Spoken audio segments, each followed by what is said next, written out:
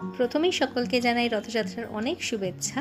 যদিও উল্টো রথ আসতে চলেছে, তো কে কে আমার মতো আছো বলো তো, যাদের রথ বলতে মাথায় প্রথমে গজা, জিলিপি, পাঁপড় ভাজার কথা মনে আসে। তো আজকে তোমাদের সাথে শেয়ার করব গজা, জিভে গজার একটা রেসিপি। খুব ইজি, সমস্ত উপকরণই আমাদের ঘরে থাকে। তো দেখতে পেলে আমি একটা কাপ মেপে 2 কাপ ময়দা নিলাম, তাতে 3 চামচ ঘি দিয়ে ভালো করে ময়াম দিয়ে মেখে নিলাম। আর একটু শক্ত করেই মেখেছি, ময়াম যত ভালো হবে তত মচমচে হবে।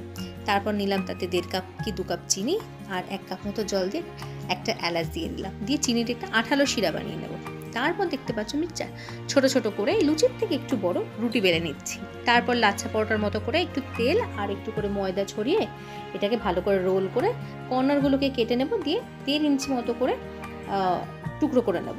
তারপর সেগুলোকে আবারও বেলে একদম লো টু মিডিয়াম এরকম ফ্লেমে এটাকে কড়া করে ভেজে চিনি শিরায় দিলেই কিন্তু একদম মচমচে জিভে গজা তৈরি হয়ে যাবে। তো আমি তো পুরীতে গেলেই বা অন্য কেউ গেলে তাকে দিয়ে জিভে গজা আনাই, আমি এতটাই ভালো খাই। তো তার একটা ইজি রেসিপি, নিজেও প্রথমবার ট্রাই করলাম, তোমাদের সাথেও শেয়ার করলাম। আশা করি তোমাদের ভীষণ ভালো লাগবে, খেতে কিন্তু সত্যিই খুব ভালো হয়েছিল। তো তোমরাও ট্রাই করে জানাও। আর কাল তো উল্টো রথ, তো দেখো তোমরাও তোমাদের বাড়ির ঠাকুরকে কিন্তু ভোগ বানিয়ে নিবেদন করতে পারো। আশা করি আজকের ভিডিওটা তোমাদের ভালো লাগলো। ভালো লাগলে লাইক ও শেয়ার করতে ভুলো না।